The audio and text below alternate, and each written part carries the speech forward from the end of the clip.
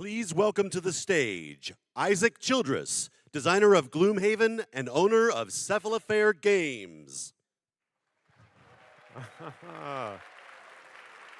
Hello. Welcome to PAX. And, welcome to Storytime. I'll be your storyteller today. And I thought I'd just spend our time together here talking a little bit about my early game design history, give you some anecdotes, show you some pictures of like early Gloomhaven development. So let's get started. Our story begins around 2012, 2013. I was working in my physics lab. Oop, that didn't work. Press the wrong button. There we go. That's me, 2012, working in the basement of my physics lab. And I was getting kind of burnt out in physics. This was sort of the tail end of my physics grad school career. And if I can tell you something about physics, this is not going to be a physics lecture, but the beginning of your physics education is really exciting. You're learning about like mechanics, how like physical objects interact with each other, and you get into like electromagnetism, which is really exciting. But like the bleeding edge of like physics knowledge is very overwhelming and complicated, and I wasn't into it anymore. Yeah, so around that time,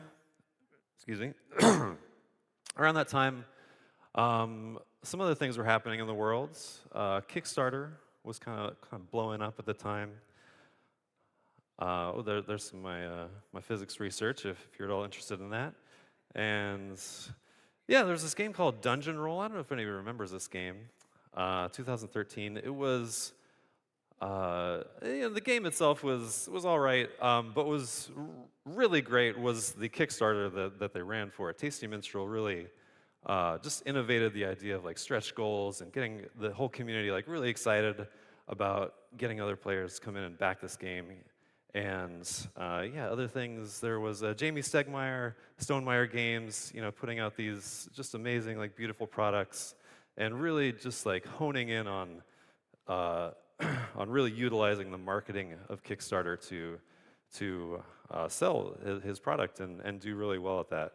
And so that was sort of interesting as just a bystander. You see these things and you're like, oh, like one person, one guy, like did all this. Like he figured all this out and made these games, and it's interesting. It could be like an interesting challenge that maybe one day, if I come up with a game, maybe I'll try that too.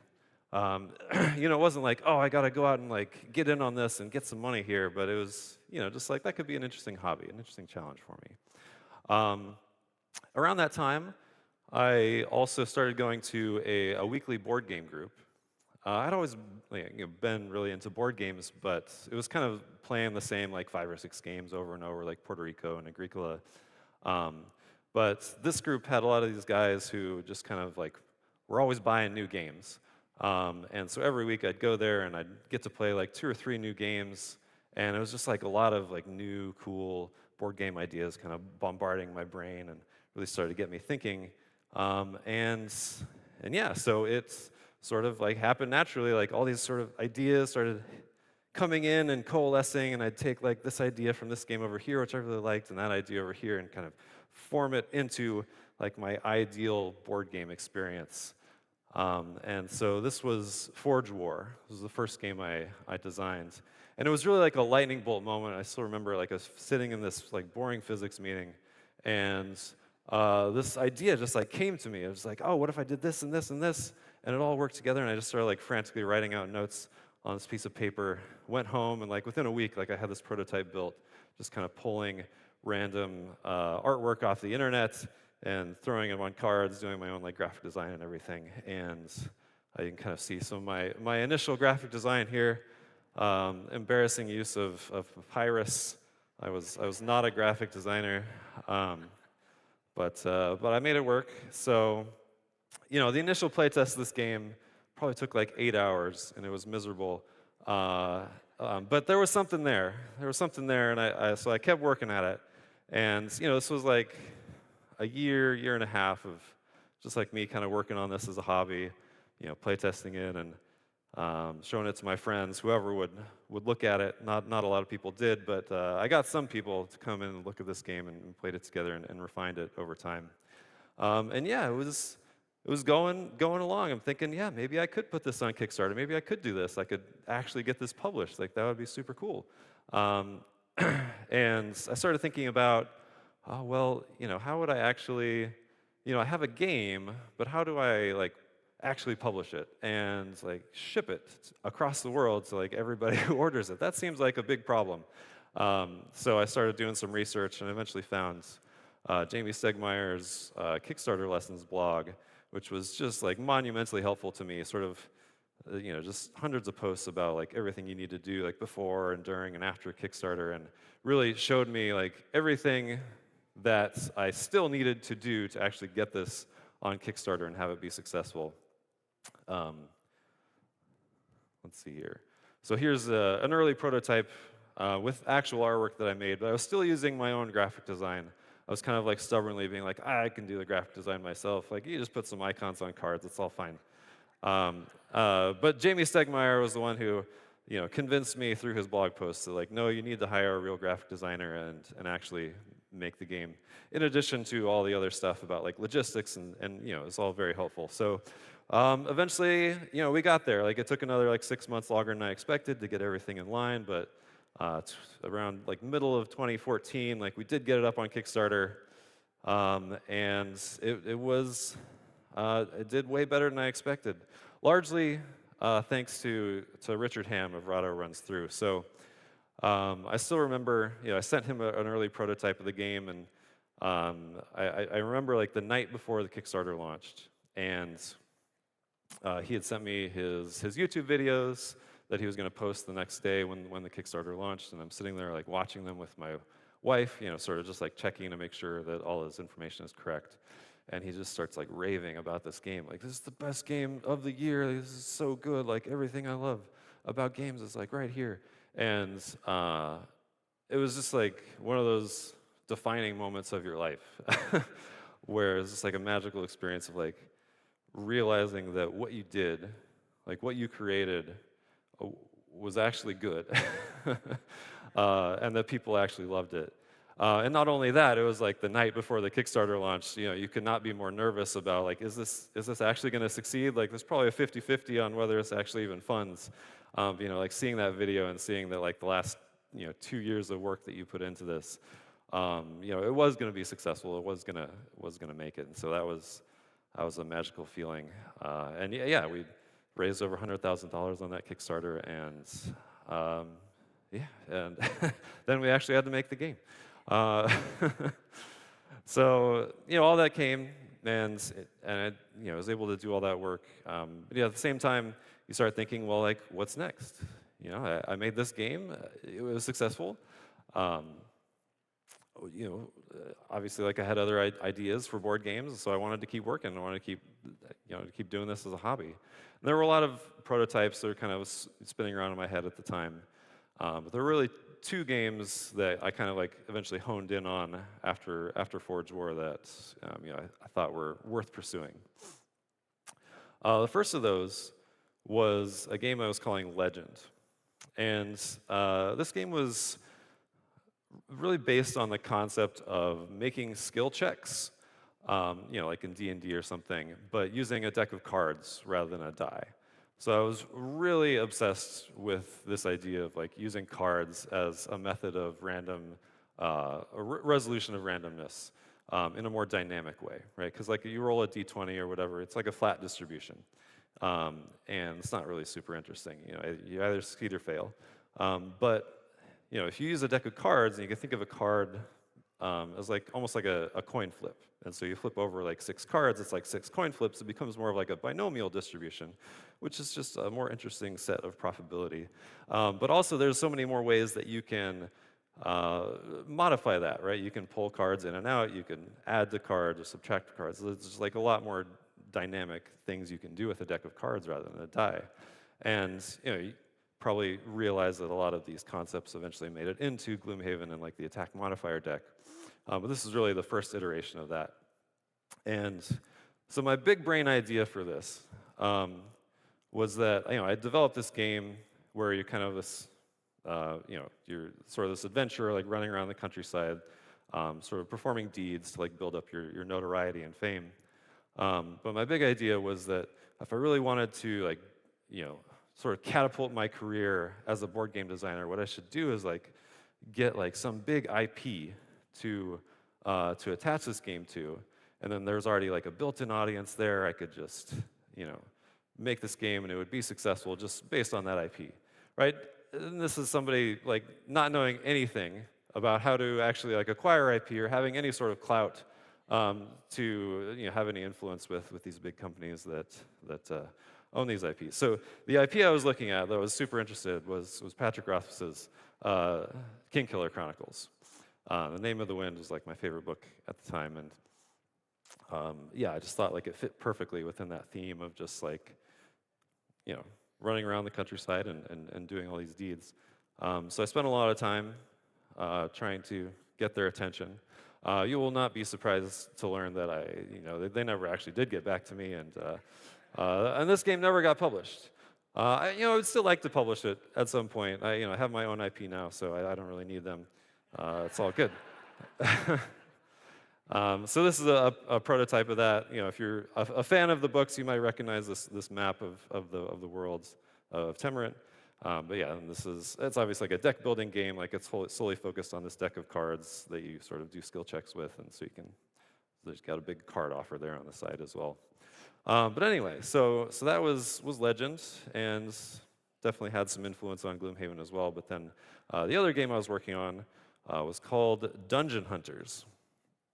And so this was a tactical combat game, and this is kind of in response to a lot of tactical combat games I was playing at the time, and I was like super interested in that genre, despite like being more interested in like sort of Euro games and designing mostly Euro games up to that point. I started playing like Descent and like Mice and Mystics with my wife, and it was just like it's a really exciting genre. It had some flaws, but I wanted to try to fix that with my own game. And so this was a squad-based tactical combat game where each player had a group of characters, and each character had like 2 actions per round. And you also had like a deck of cards, and so you could play like 1 card per round as well. And you can kind of see some of the influences of Gloomhaven here. This is like a list of the clans that I created for the game. I'm not going to go through all these, but you look at like the Iron Claw clan. It's a diminutive clan of humanoids, and they're a large, angry bear god. It might be familiar to people who've played the Wild Fury. There's a Bannerheart clan, where you've got like a group of people who kind of get into specific configurations to give themselves bonuses, very similar to the Banner Spear in Frosthaven. So there's a lot of influences there. Let's see. These are some of the cards early prototype cards that I designed. You can see some formations from the Banner Hearts, and like also this idea of like persistent abilities where you put it down and you like resolve it over time. So the thing that kind of hung me up on this game was I really hated like dice chucking in these other tactical dungeon crawl games that I played. And I was resolved to like have no randomness in this game. Like there's no dice, there's no cards, like nothing. So it was all just deterministic. But like, how do you make that exciting? How do you make that interesting when you know the outcome of all your actions? And my solution was just to make it like super complicated. So, right? I mean, if you don't understand all the different mechanics that are going on, then it'll still be a surprise to you how much damage you do. So I had like 50 different like keywords that were kind of attached to like the different characters and all the abilities. And I would run playtests of this where I was at the table And I had all the information in my head, so when my playtester went to attack something, I'd be like, okay, that and that and that and that and that. And that. Okay, you do four damage. And they're like, okay, I do 4 damage, right? It was great for them. They had a lot of fun because they didn't have to do all the thinking. And yeah, I never did blind playtesting on this, but I imagine it would have gone very poorly because like nobody would have understood how to resolve that. So I understood that was a problem, and eventually kind of like fell off this design for a while. But there were some other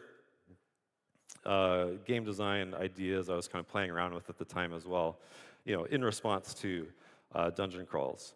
And so one of the other things that really grated me about dungeon crawls was this concept of like most of the time in the game, you're just like moving and attacking and like rolling some dice, and then you move and attack. And you look at a game like Descent, Second Edition, where you have like the special ability, your heroic feat, but you only get to do that like once per scenario. So like once per scenario, you get to do like something really cool, it's like really exciting, and then the other 2 hours of the scenario, you're just like moving and attacking, moving and attacking. So I was like, why can't we take that fun, exciting part and make that the entire game? Why can't all of your abilities be special abilities? And so yeah, I really wanted to like start thinking about that. And then the other idea that I was sort of playing around with at the time was multi-use cards. So there's a lot of multi-use cards out there. Played like Glory to Rome and all that sort of stuff. But weirdly, like the one game that kind of stuck in my brain more than everything else was this game called Rocket Wreckers, which is not a published game. It was made by Rob Couch. And it was on the web series Tabletop Deathmatch, which was something that Cards Against Humanity did, where they like brought in like 10 or so like amateur game designers and had them pitch at Gen Con to like a panel of judges, and they picked a winner and all that, and it was all filmed. And so this game was one of those.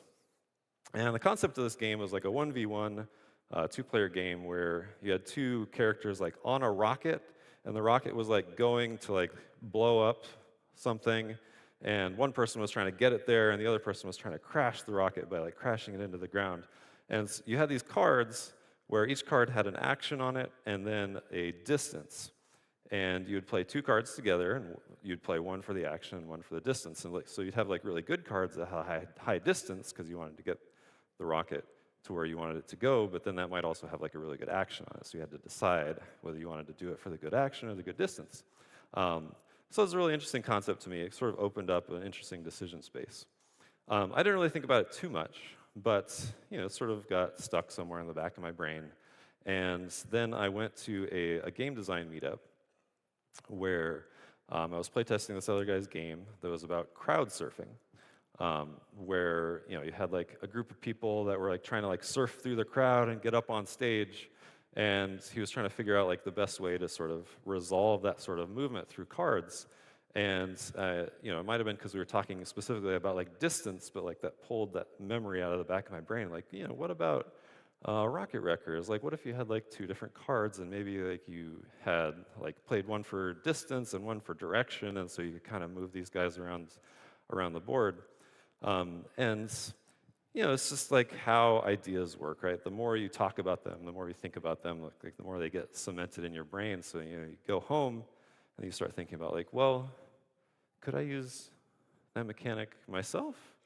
Like in a dungeon crawl, like what are the 2 things that you want to do? You want to move and you want to attack, right? So like, what if we had dual-use cards where half the card was an attack action and half the card was a move action? You played 2 together and did a move and attack, and it's amazing. And then like all your abilities are special abilities because they're all based on the cards in your deck, and like it all just kind of like came together in like this amazing way that just kind of like exploded out of my brain as Gloomhaven. So that's kind of how it started, where I took the sort of the base that I was working with in Dungeon Hunters, and the actual like action resolution of that game didn't really work out very well. And then I had found this kernel of this idea of how to resolve actions in a very interesting and meaningful way. So again, just like with Forge War, I sat down and just started making out a prototype. This is one of my first prototypes using Mage Knight figurines for the characters and little meeples for all the bandits. Yeah, so I made 4 characters: the brute, the tinker, the spellweaver, and the scoundrel, and just started figuring it out. Just started playing. And unlike Forge War, where the first playtests were like a miserable experience, like this was like fun out of the gate. Like there were problems, of course, but like I had a great time playing it. I showed it to people, and they loved it. And so like I knew I had something special here.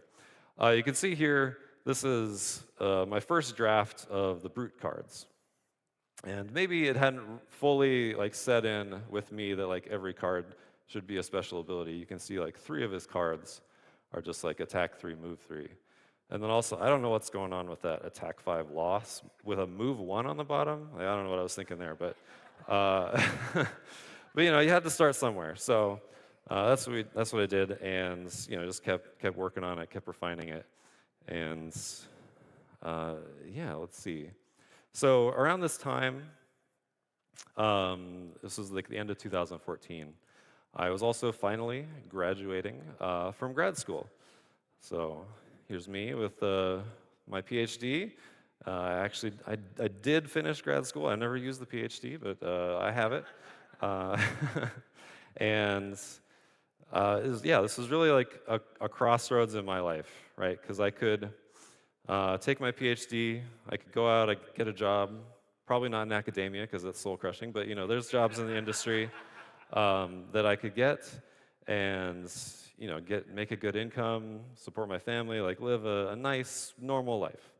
Or I could make board games, right? I mean, it never really felt like this could be an actual career to me, like early on in the hobby. Like I was never intending like Forge War to like turn into a job. It was just like a hobby, to a challenge to like see if I could make it work. But Forge War was more successful than I thought it was, and I had these other good ideas that I thought could also be successful. And so I thought, what if I took a year off, right? What if I just waited a year to get a real job?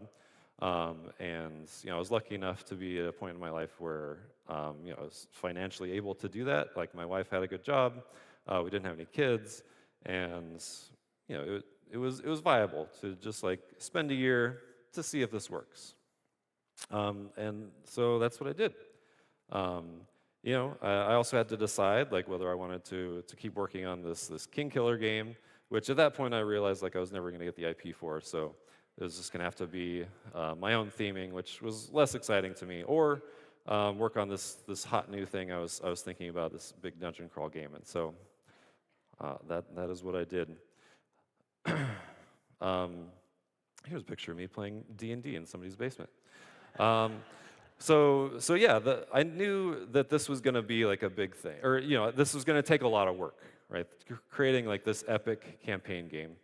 But I had a lot of experience with that, like crafting campaigns, being a DM in many D&D campaigns, and so sorry.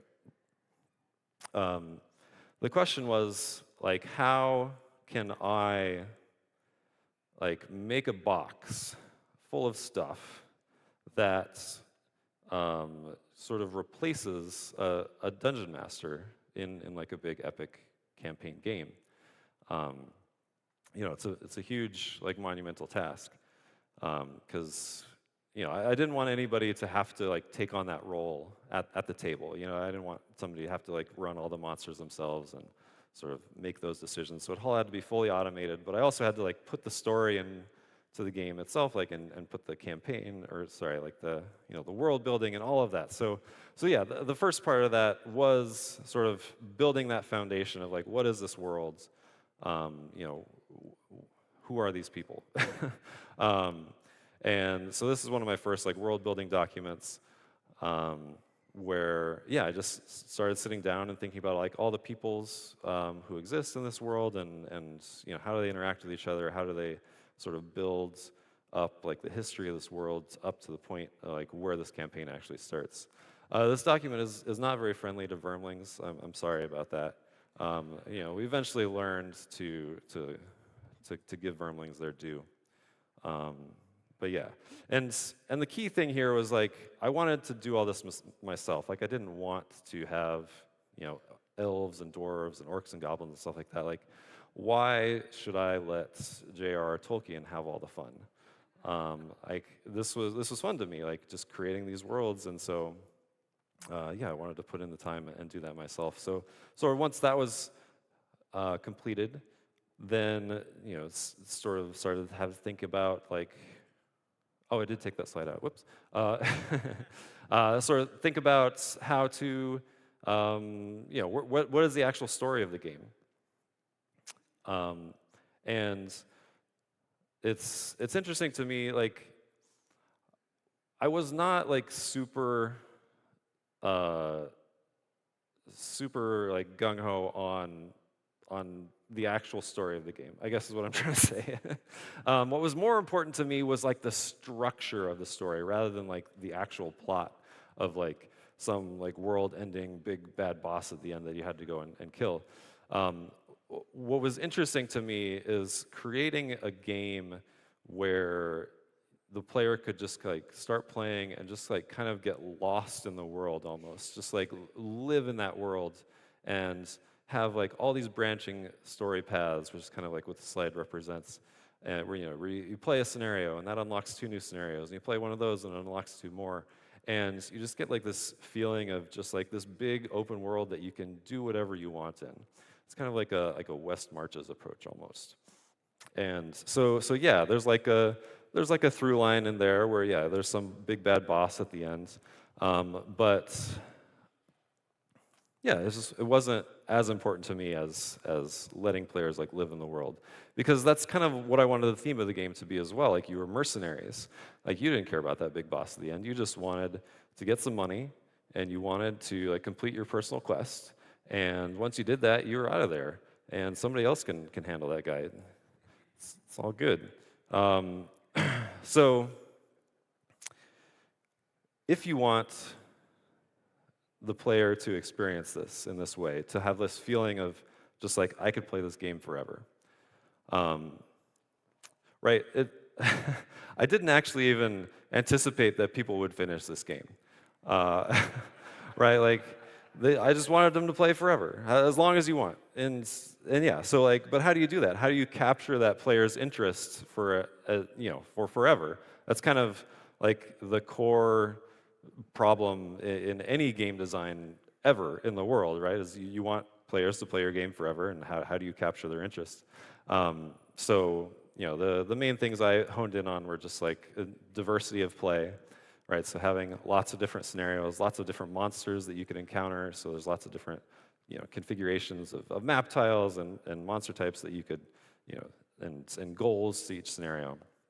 But then the other part of that was having a diversity of characters to play as. I don't know about your D&D campaigns, but in a lot of my D&D campaigns, you get tired of playing the same character over and over, and so you'd have the DM like kill off your character, or maybe they ride off to the sunset or whatever, and then you bring in a new character and play that. And I kind of wanted to capture that same idea in the board game as well, where there's kind of this idea of like forced retirement. Like at some point, you're going to get tired of playing that character, and it's totally cool to just like retire them, and like, but that action of retiring them unlocks something new and exciting that you can then pull out and play that instead, and have a whole new experience of playing the game. So really just focusing on those 2 ideas of just like diversity of play to make the game as replayable as possible. Another really interesting like game design concept that I was playing around with at the time was this idea of like semi-cooperation, which I know is like a dirty word in some terms, or in some parts, but this was a fully cooperative game where your goal as a group was to complete each scenario to get through the campaign. But what's interesting about a campaign game is that you have like individual player progression, right? You carry over a lot of your progress from one scenario to the next, and you as an individual player can make more progress towards those individual goals than your other players. And it doesn't even have to be competitive necessarily in that sense, but like you've got experience and money that you can collect and your battle goals to achieve, and all these things where a lot of those encourage you to play suboptimally, right? Like you want to achieve your battle goal, you might have to do some things you don't necessarily want to do. You want to collect the loot on the ground, you're going to have to go over there and get it. Funny story, for a long time in the development of Gloomhaven, you did just collect all the money that was on the ground at the end of a scenario. You could collect it during the scenario if you wanted to, but at the end of the scenario, if it was still there, you just split it up evenly among the party. But the thing was that nobody went out of their way to get it. They're just like, oh yeah, we'll just split it evenly at the end. That's totally fine. We're all happy and friendly with each other. And it was only if you had one of those specific battle goals. It was like collect 6 coins, did you actually go around and get it? And so people were too nice. And I wanted to encourage that sort of suboptimal play, and so I had to institute the rule that no, you don't get any money at the end of the scenario. You got to pick it up during the scenario.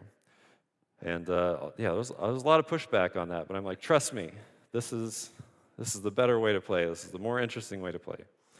So that was fun to play around with as well. So development of this all was going along really well, but I was kind of on a timeline to actually see if this game would work, right? I gave myself a year, and so we needed to get this Kickstarter launched.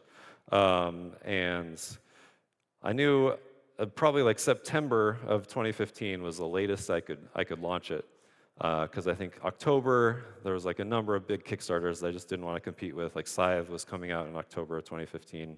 There's probably some cool Mini or Not project as well, and so it was definitely September, because November, December, those are no man's land in Kickstarter, so you definitely don't want to launch then. So we had to get stuff ready. I had to figure out all the logistics of fulfilling this game, but I also needed artwork. So I went on DeviantArt, which was a great source of artwork at the time, and sort of looked around different fantasy artists. I knew I didn't want to use the same artists as I used on Forge War.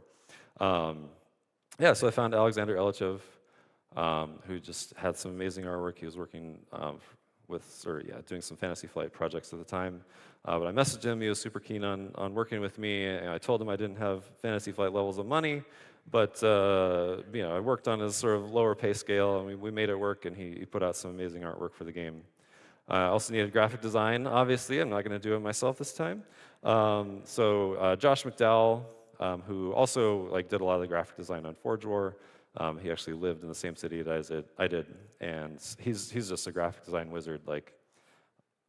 He does amazing, beautiful work, and really brought out the best in Gloomhaven. There were also miniatures to make. That was where I was most shaky. I had no experience making miniatures and was very intimidated by that process. But I did have contacts in the industry now that had a little more clout, and so I eventually found James Van Schaik to do all the sculpting for me. And the interesting thing about James Van Schaik is he does all his sculpting by hand, which is very rare in the hobby, especially these days. So this is an early sculpt of the Brute. And these are very fragile things that he makes, and then he wraps them up and sends them to me. And then I took them to a mold making place that was an hour and a half drive from where I lived. And the really nerve-wracking thing about this mold making process, where they sort of make these pewter molds, or these pewter casts that I can then send to the factory in China to make their own molds, because these fragile, brittle things, in the mold making process, it destroyed the miniature. So I would get them back after the molds were made, and it'd be in a plastic bag of just loose, broken pieces. So that was a little scary, but we did it. And then I had these pewter casts that I used for all my prototypes and stuff. So all of them got destroyed. Unfortunately, I don't really have any of them left except one little guy. So this is little Cragheart. He's a little guy. The thing is, when I was originally doing the world building for Gloomhaven, I envisioned the Savas as a 4.5 foot tall creature, and they're just little rock guys running around. And I didn't really communicate that to Alexander or James, sort of in the process of making the Elementalist, which was the first Savas class I designed. And it wasn't until Cragheart came along, which was kind of like the tail end of the Kickstarter. The Cragheart and the Mind Thief were added like at the end as stretch goals of like two additional starting characters. And I kind of commissioned this other piece, and somehow it made it in there that I wanted him to be 4.5 feet tall, based on like these old world building documents. And so then I get this miniature back, and I compare it to the Elementalist. I'm like, oh, I have made a mistake. So we ended up having to do a completely new mold, or a completely new sculpt for the Cragheart. But I still have this little guy sitting on my desk with me as a reminder of that. So yeah, we got all that stuff done, and we launched the project. Or no, sorry. First, we went to Gen Con 2015 and showed it around to everybody. Most of the graphic design was done at this point, and basically, like anybody who would look at it, yeah, I showed it to them, and this is my crazy big dungeon crawl. Please love it. And so this is a drive-through review, a video that he shot back in 2015. Then I started making prototypes, sending those out to reviewers like Richard Ham, of course, and of course he loved it. Yeah, and basically, yeah, then we launched the project. And yeah, it did great. I will admit that I launched it probably a little bit too early, right? Like I really wanted to get it out that year. Obviously couldn't go past September.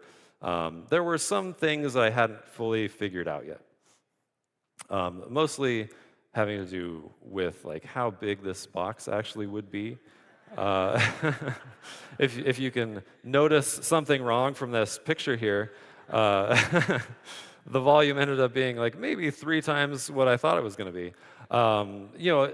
I knew there was going to be like 50 plus scenarios in the game. I had like 15 characters designed at that point, but I hadn't figured out like exactly like how many punch boards I would need to actually accomplish that, like how big each of the character boxes would need to be to like store all the hundreds of cards in there, and yeah, so I don't know where I came up with these numbers, but I sold the Gloomhaven edition without with standees, without miniatures, for $64, and that included free shipping.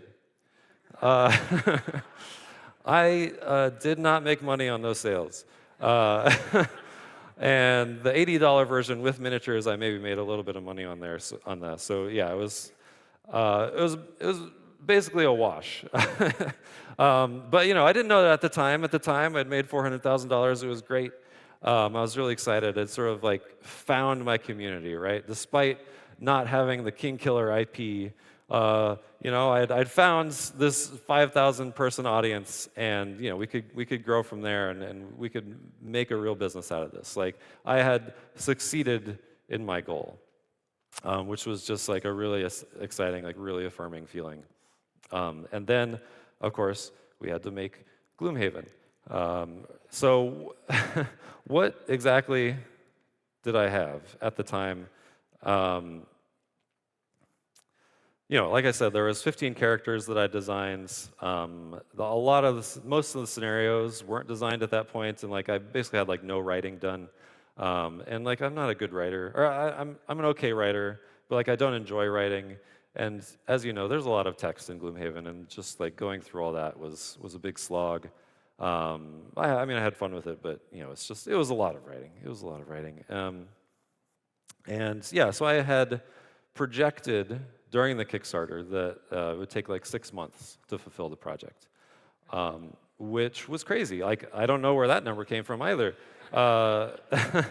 And so it ended up taking more like 18 months, and people got a little bit impatient with me, which is perfectly understandable. Like in hindsight, seeing the final box of Gloomhaven, the reaction is more like, holy shit, you did all of that in 2 years? Like that's crazy, right? But at the time, it was like, it's been a year and a half, like where's my game? Yeah, like I said, it's totally understandable. But yeah, I was working like nonstop on this game. Here's a picture of me working in my office, and yeah, like 80 hours a week, just like just getting this done because like I knew it needed to get done. Gen Con 2016 rolled around, and I was planning on having a game to sell at Gen Con. That didn't end up working out. But also, I was starting to get like a little bit nervous about money at that point. Sort of starting to have my costs realized and like how big this game was, how much it was going to take to manufacture it, how much it was going to take to ship it. But luckily, I had this tiny booth at the back of the hall at Gen Con, and I didn't have anything to sell other than like some copies of Forge War that were still laying around. But Jamie Stegmaier sort of messaged me out of the blue. We were friends at this point, and he's like, I know you have a booth, and I know you don't have anything to sell. Scythe is coming out, and I have like a demo room, like in the hotel across the road, but I don't have a booth. Like, would you like to sell Scythe out of your booth? And I was like, yes, please. So that's what we did this Gen Con. I sold 1,000 copies of Scythe out of a tiny 10 by 10 booth in the back of the hall. I'm still proud of that accomplishment. And I sort of earned enough money doing that I was able to secure myself financially that I was able to fulfill the project. So thank you, Jamie Stegmaier, for saving my company a second time. And then, Essen rolled around. I actually had a pre-production copy hand-delivered to me at Essen. So I was able to open that up and sort of kind of take a look at it at the same time other people were getting a first look at it. I sort of displayed all the contents out on the table. I was like, here it is, guys. This is what I've been working on. This is why it's been taking so long. This copy eventually, I actually didn't even get to hold on to this copy very long. I packed it up, gave it to Paul Grogan, who was going to do all the rules videos for it with gaming rules. So he started playing it. I think he got to start playing it before I started getting to play it. And he started raving to everybody who would listen that this was the greatest game of all time. Eventually, like other advanced copies got sent out to other reviewers like Dice Tower and Drive Thru Review, and the buzz just started building about how crazy awesome this game was. Eventually copies started arriving to backers like at the end of 2016, early 2017, and this buzz just started to build in this crazy way. So one of my core design principles I haven't really talked about too much so far was, it's kind of hard to explain. Like I just really wanted this game to succeed, as we all do with anything we do, and the idea was that I really just wanted to make something that people couldn't ignore, right? Like there's so many board games that in this hobby, just like they're hot for like a month, and then people forget about them. The same thing happened with Forge War. But like I wanted something with staying power, like something that was going to be there and was going to be like in the conversation for like as long as possible because it was just so ridiculous and so outlandish.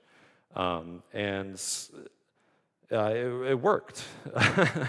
Like everybody was talking about this game and how crazy it was, and you just like see that box and you just have to know like what is in that box. Like why is it so big? What is going on here? And so this was like nothing I could even describe like what happened in like early 2017 when like the buzz just like turned into just a cacophony of just like everybody clamoring to like get a hold of a copy of this game. The thing was, right, I was only able to manufacture 10,000 copies. That's what I could afford to make. About 8,000 of those went to my backers and my pre-orders. And so I had 2,250 copies of this game going into retail.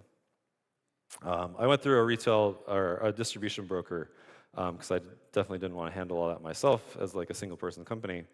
And what he would do with all his games, he'd send out calls for orders, and he'd just get orders from distributors, and then he'd do like a percentage allocation. So like if he got like twice as many orders for a game than he had copies of, then everybody would get just 50% of what they ordered. So for Gloomhaven, I had 2,250 copies, and he got 25,000 orders, um, which was about an 8% allocation. So if you were like a distributor, a small distributor, maybe you ordered 100 copies because you had 10 different retailers who wanted 10 copies each, you would get 8 copies and then have to decide which 8 of those retailers got a single copy to sell in their store. Needless to say, a lot of retailers and distributors were very mad at me. I got some angry emails. You just like you throw up your hands, like I'm sorry, I priced the game too low and couldn't manufacture more, but we got through it. Yeah, and so it even became like a joke of like how hard it was to get a copy. This was a no pun included video, where it was just like FCO wandering around, looking in bushes, looking in through the grocery store, like trying to find a copy of Gloomhaven. It was very silly. So people often ask me, like, did you anticipate like how successful Gloomhaven would be? And the answer is like, of course not. Like, how could you? Like, the magnitude of the ridiculousness of this was, I knew I had a good game, right? I knew it was going to do better than Forge War. Obviously, like the Kickstarter did better than Forge War. But like, I knew it was a game that I loved, and that what I loved was not necessarily what everybody else in the hobby loved, right? Like, this was a game that I designed for myself, and it was intimidating, right? I mean, it is like a giant box, and it's full of chits that I didn't even give you bags to store. You had to figure out your own solution to store hundreds of these little chits. I probably like increased the market share of the board game insert industry like significantly with the release of this game. But yeah, like I knew it was an intimidating thing. It's a crunchy, like heavy, thinky thing that like not everybody is gonna love. Like I figured, this 10,000 audience that I'd found was kind of like was gonna be it. Like I was gonna sort of build my community out of that, and just to like see the swiftness with which like it rose up like the BGG rankings, and just like it really felt like every single person in the industry like wanted a copy of this game. There's no way you can anticipate that sort of thing. Like it's like a once in a million like lightning bolts of just like all the perfect confluence of all these different factors coming into just like making this game like the craziest thing I've ever experienced. So yeah, it became very obvious that we needed to do another printing. And there were a lot of ways to do that, but I figured the best way was just to go back to Kickstarter, right? And so we launched a second project, and it did even better, right? $4 million, which is an insane amount of money. It's just crazy. I mean, yes, technically it's not $4 million. I'm still a little miffed about that $205. But it's fine, we round up. Yeah, and this was really like, obviously like another just like huge life-changing experience for me, the second Kickstarter, where like I was pricing things appropriately, and this was actually going to give me like financial stability to like build a company off of, and turn this into like a real business that could support my family, right? So my wife was able to go back to grad school, which she'd always wanted to do, and we eventually had a kid, and we got to move out to California where the rest of my family lives, and yeah, we got to like hire employees. I hired Price Johnson, was my first hire. He's now the COO, just a vital part of the company. We now have 7 employees, and yeah, it's just been a great experience that kind of is facilitated by this amazing community that sort of just exploded out of that initial buzz for this game, and yeah, the amount of love that people have for this game, and how much it's meant for them in their life has just like been really, really inspiring. So yeah, we were able to go on and make other things. We came out with Founders of Gloomhaven after that, which is a game that I love, even if not many other people do. We came out with Forgotten Circles. I was working on Frosthaven at the time and knew that was going to take a long time to finish, and so we wanted to, release at least a little bit more content for the game. And Marcel, who's always been like a great helper and good friend of mine, was able, had sort of created his own custom content. So I'm like, yeah, let's publish that. It ended up being a lot more complicated than that, but we figured it out. And then, of course, there's Frosthaven, which is a whole other talk in itself. That's crazy. We're not going to get into that. And then Jaws of the Lion, which is also just another amazing experience. Right? Having the capital to actually publish a game and not have to go through Kickstarter and put it directly into Target, which was just a huge monumental achievement for me and Price. And so this is a picture taken, I think this was taken on Father's Day, in the height of COVID. I didn't have a kid at the time, so I went and posed with my board game child. And so and I'm just gonna keep making cool shit as long as you guys want to buy it. I couldn't be happier with how this turned out. Being a game designer is the best job in the world. And I can't think of anything better, and I'm so lucky that I was able to make this happen for myself, and that was because of, like I said, this community, and I am just eternally grateful for that. And it's been, the last 10 years have been an absolutely wild ride, and yeah, that's my story. So thank you all.